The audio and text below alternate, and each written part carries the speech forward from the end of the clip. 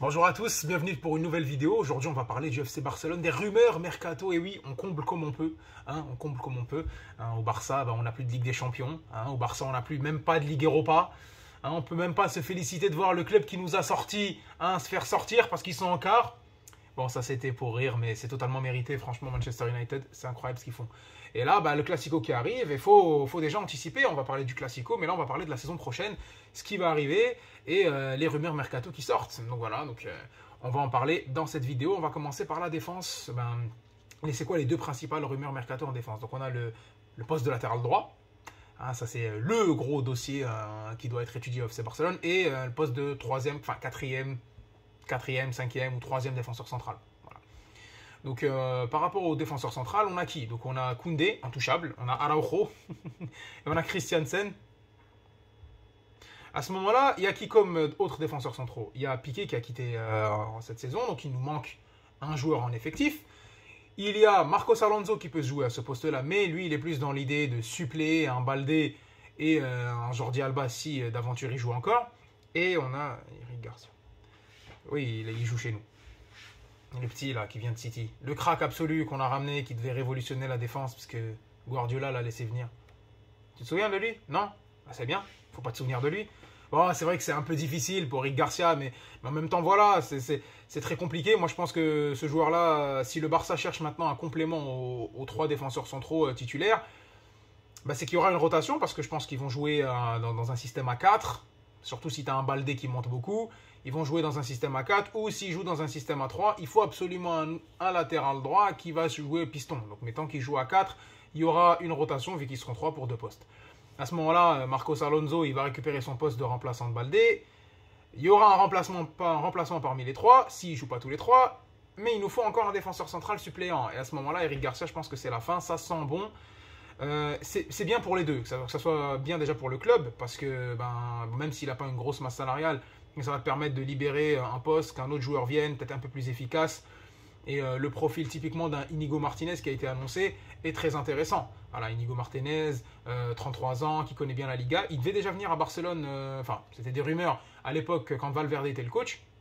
C'est un joueur qui a été toujours apprécié par le FC Barcelone. On le sait, c'est peut-être pas le joueur le plus rapide, mais on le voit, qui est très bon défensivement, bon de la tête. Il connaît bien la Liga. Et il faut toujours un défenseur comme ça. Moi, je pense, moi, dans une constitution d'équipe, je trouve que c'est intéressant. Surtout quand tu as des jeunes joueurs, un peu des jeunes cracks comme ça en défense. Avoir quelqu'un qui a de l'expérience, qui peut accepter, malgré son âge, malgré le fait qu'il soit l'aîné, entre guillemets, qui n'a peut-être pas leur niveau, qui va courber les chines, voilà, prendre sur lui, jouer les matchs peut-être un peu moins importants, faire partie de la rotation, apporter son expérience et voilà, son expérience, que ce soit dans le jeu, mais aussi de la connaissance du championnat. Et c'est intéressant toujours d'avoir ce genre de profil de confiance, voilà, dans des championnats où il faut des matchs, où il faudra y aller et il faudra avoir des valeurs sûres. Et Inigo Martinez, ça l'est. Après, il faudra se poser la question, comme j'ai dit, d'Eric Garcia, est-ce qu'il reste? Moi, je pense que pour lui, ça serait plus intéressant qu'il se fasse prêter. Qu'il se fasse prêter. S'il veut rester, mais ça serait très très compliqué, surtout si on passe à 4, il trouvera vraiment pas le temps de jouer, il fera peut-être quelques matchs en coupe.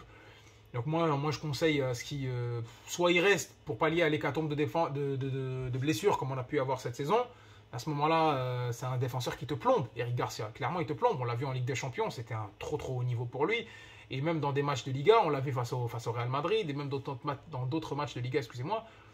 Donc c'est pas l'assurance tout risque, ok. C'est un défenseur qui, je pense, pourrait réussir dans un club peut-être bas chapeau 2, haut chapeau 3 en Espagne ou même en Europe.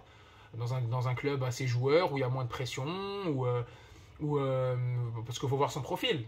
Ok, c'est pas le plus costaud, je pense, dans une défense à 3 sur un des côtés, vu qu'il est rapide, il est explosif, voilà sur quoi il peut jouer. Même physiquement, tu sais, il est un peu... Tu sais, il n'est pas comme... Umtiti fait 1m82, mais Umtiti est costaud et large d'épaule.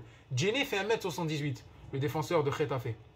Mais Djene, il est costaud. Il a une constitution à pouvoir prendre du muscle, à prendre de l'épaisseur. Ce qui n'est pas le cas de Eric Garcia, qui est un peu fluet. Par contre, sur quoi tu peux jouer? Sur ta vitesse, ton explosivité, sur ton anticipation, ton sens de la passe, voilà, sur ton dynamisme. Et à ce moment-là, dans une défense à 3, où tu peux jouer un peu sur le côté en tant que faux latéral, ou peut-être aller anticiper un peu plus haut, ça peut être intéressant.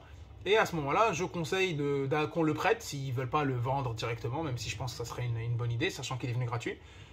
Qu'on le prête, qu'il aille dans un club où il va gagner du temps de jeu, où il y aura moins de pression, ou dans un club joueur qui lui correspondrait le mieux, et je pense que c'est très très bien pour lui. À ce moment-là, tu peux ramener un Inigo Martinez.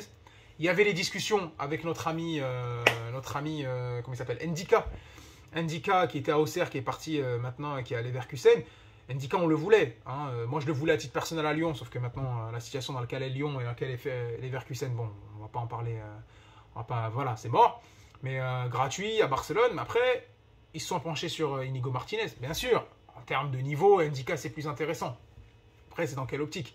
Avoir tous des jeunes défenseurs, les 4 qui veulent jouer, ils veulent jouer tous les matchs, savoir comment tu veux gérer. Est-ce qu'Ndika veut accepter de partir 4e?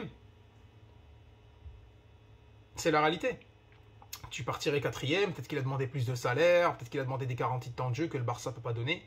Et à ce moment-là, il faut faire au mieux avec ce qu'on a. Et je pense que la décision d'Inigo Martinez n'est pas totalement irréfléchie. Voilà. Après, pour le poste de latéral droit, bizarrement, on pourrait penser, après tout le temps que j'ai passé sur la défense centrale, que j'en dirais autant sur le latéral droit. Mais à ce moment-là, on n'a pas trop le choix. Parce que c'est quoi les rumeurs? Voilà. Donc, tu as gardé Sergio Roberto. Tu peux avoir Koundé, sauf que Koundé, c'est pas une solution. Hein. Koundé, il est venu pour jouer central, il peut dépanner une saison. Et on le voit, ça impacte. Défensivement, dans les gros matchs, tu es obligé d'intervertir avec Araujo. Araujo, tu ne peux pas tout le temps le faire jouer latéral parce qu'il dépanne, mais tu le sens, techniquement, c'est compliqué. Donc, si tu mets Araujo sur le côté, c'est plus pour arrêter un joueur que de servir en tant que latéral. Quand tu joues au Barça, latéral, c'est une contribution offensive. Et là, tu le vois. Quand c'est Dembélé, tu le vois moins parce qu'il porte plus la balle, il la garde plus, il est plus dangereux. Il a plus cet aspect soliste, mais un joueur comme Rafinha qui a besoin de combiner avec son latéral, ça a été très très compliqué cette saison. Et tu peux pas avoir un Baldé de l'autre côté qui est très explosif, etc. Et de ton côté à toi, un défenseur latéral, qui est de formation centrale et qui peut pas apporter. Donc c'est quoi les rumeurs? Bon, tu as gardé Sergio Roberto, soi-disant pour jouer au milieu de terrain, mais il fera l'affaire en Liga parce que bon, voilà, le championnat c'est plus ce que c'était. Et en même temps, dans des matchs où tu peux rentrer remplaçant, où c'est pas très compliqué, où tu n'as pas des joueurs, des flèches sur le côté, je pense que Roberto, ça peut être intéressant. Encore dans cette optique où le latéral va s'incorporer au milieu de terrain, on connaît la technique. Donc tu peux avoir Sergio Roberto, tu peux avoir le luxe du luxe, sauf que là, en vrai, tu peux pas l'avoir. Parce que quand il était City, déjà, on pensait pas pouvoir le ramener. C'était une idée, hein. On parle bien sûr de Cancelo, mais t'as pas d'argent. On voit qu'il y a une possibilité de le ramener, sauf qu'il est encore sous contrat, même si il a été prêté au Bayern. Au Bayern Munich, ça va pas fort et je pense pas qu'ils vont lever l'option, parce qu'il joue même pas titulaire en fait au Bayern Munich, il enchaîne pas tant de minutes que ça. Le club idéal pour lui, ça serait soit le Real Madrid, soit le Bayern. Le Real Madrid, faut voir, hein, est-ce que le Real Madrid veut le recruter, mais soit le Real Madrid, soit le Barça, excusez-moi. Mais à ce moment-là, s'il veut venir au Barça, ça sera comment? Sous quelle forme? Comment ça va se faire finalement? Voilà. Parce que ça coûte trop cher. S'il doit venir en prêt, ça sera sous forme de prêt payant, parce que City, c'est pas les derniers cons non plus. J'ai vu une rumeur passer comme quoi c'est 20 millions d'euros, mais l'avantage c'est que Jorge Mendes c'est son agent et qu'ils vont essayer de voir une solution. Moi je pense que c'est très très intéressant pour un Cancelo de venir à Barcelone au moins en prêt. Au moins en prêt, le temps que le Barça puisse se restructurer un petit peu plus financièrement et pourquoi pas l'acheter. Voilà, on va pas en parler de ses qualités, c'est l'un des top latéraux droits dans le monde, c'est incroyable. Le mec il apporte offensivement, il est très rapide. C'est vrai que défensivement, c'est un peu moins fort, mais le fait qu'il puisse jouer sur les deux côtés, il peut jouer à droite, il peut jouer à gauche, il peut s'incorporer au milieu de terrain, bonne qualité de centre, bonne qualité de frappe, très bon cardio, il se projette bien. Voilà, il est entre guillemets hispanique, il connaît en plus la Liga, donc ça serait un choix parfait pour nous, je pense. Mais bon, encore une fois, on est limité financièrement à voir sur quoi ils vont opter. Est-ce qu'ils vont repartir encore une fois avec Koundé? Moi, j'ai pas envie, perso. Là, il faudra trancher. Ou est-ce qu'ils vont aller encore chercher un jeune espoir de Liga, un peu comme on a pu le faire en interne avec Baldé. À voir. Voilà. Donc bon, la vidéo, elle fait déjà 9 minutes. Donc, on va faire un truc sympa. Moi, j'ai beaucoup de choses à dire. Hein, c'est ça. C'est quand tu es abonné à cette chaîne ou que tu veux regarder mes vidéos, c'est comme ça. Donc, on va faire 3 petites vidéos. Voilà. 3 vidéos de 10 minutes. On va pas passer une demi-heure. Donc là, on a parlé du chantier de la défense.